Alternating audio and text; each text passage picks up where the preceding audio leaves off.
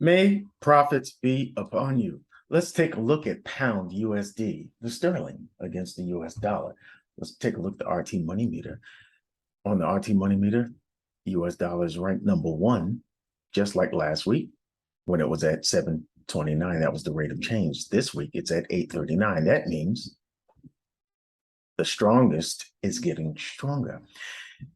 The pound last week was ranked at number 7 at minus 8.58. This week it is ranked again at number 7 at minus 9.76. That means it is getting weaker. The week is getting weaker.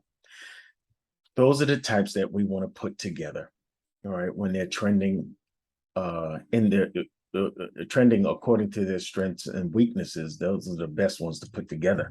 All right, so let's take a look from a macro level view. All right, we have a monthly demand zone that we established here. All right, boom. All right, and this was established in 1985.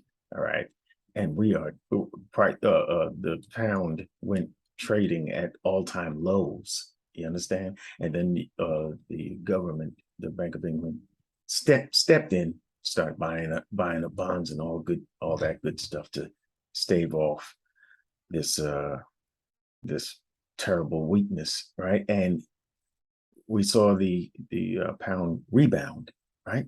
Like over 10%.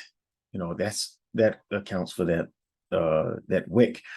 So, but what I want you to notice here is a couple of things.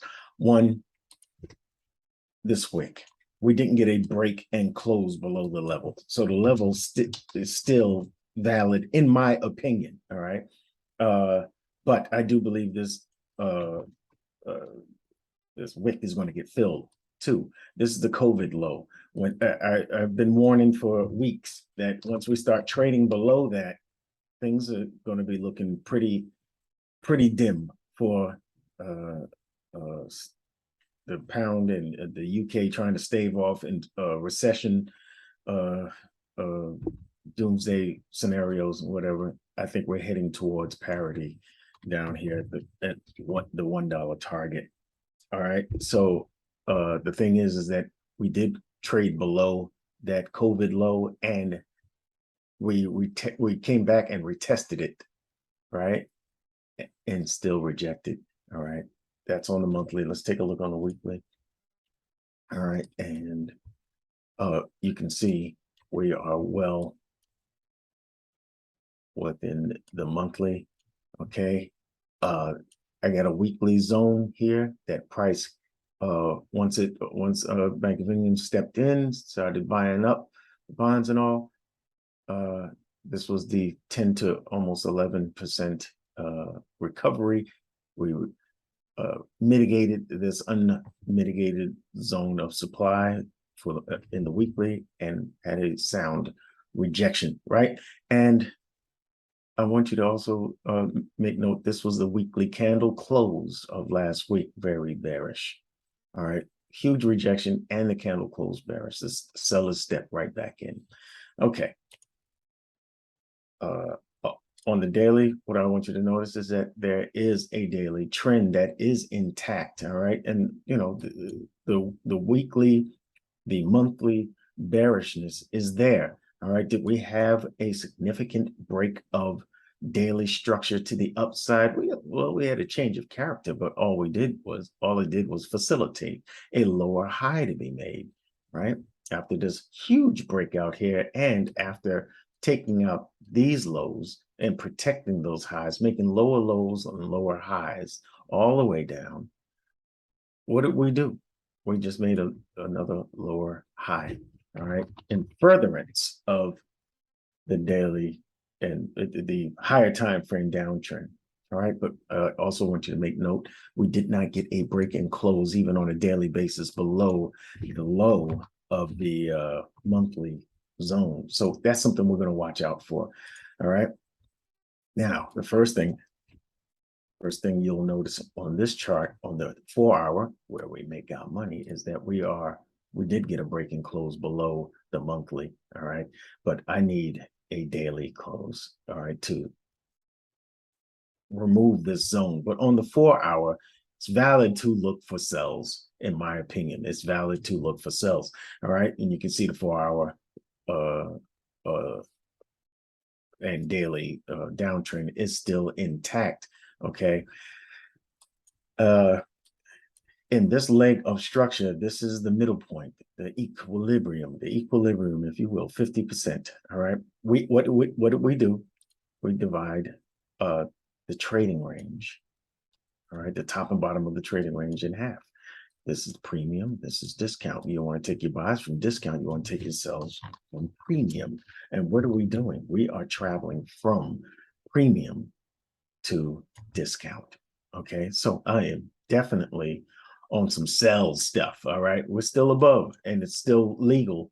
We're still above, we're still in premium. You understand? We're still legal, you know, if you will, to look for sells. And coming with the open coming, the new week open, I think things are going to look kind of listless a little bit because we have a bank holiday for Monday. But Tuesday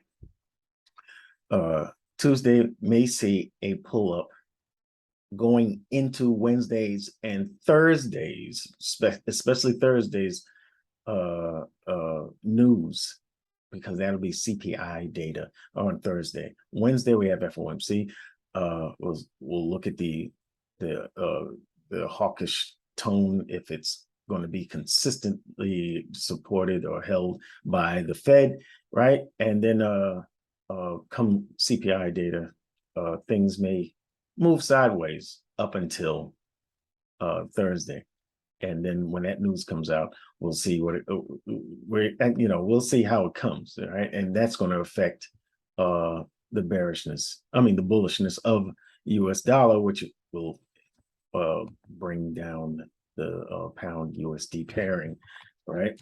And that's what I expect, to be honest. I'm looking at 75 basis point rate hike, and coming in November, and CPI data will determine whether that, because it's a policy based, what do you call it?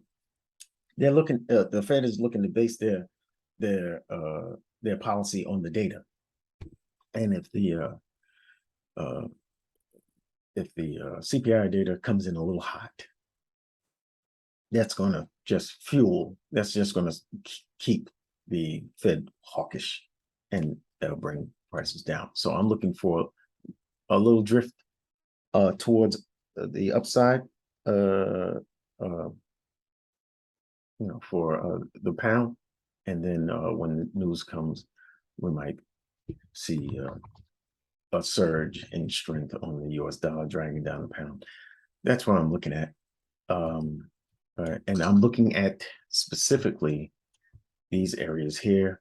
All right, this is a 1 and 2. All right, as far as POIs, looking for price to come down here from here, or price to come through here, because this is unmitigated.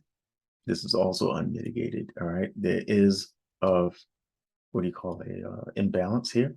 Okay, and there is some imbalance to fill in here on the 4-hour. So these two are my areas that I look to take, happy to take shorts from. I think price gets past, there's a possibility that price could find bearishness, could find sellers here, right? All right, but I'm looking more towards these two. These would make gives us great prices on taking shorts. That's it. I hope that you enjoyed this video. Hey, smash the like button for me, because that helps my channel grow. And do leave a comment, all right, because it helps the YouTube algorithm, and I love to discuss with my my subscribers and my viewers. Hey, don't forget to subscribe and let a friend know. All right, and we're doing good things. We're doing good things over there at Lions Den FX, and I want you to be a part of it. join us. All right. Look at the links in the description. I'll see you in the next video.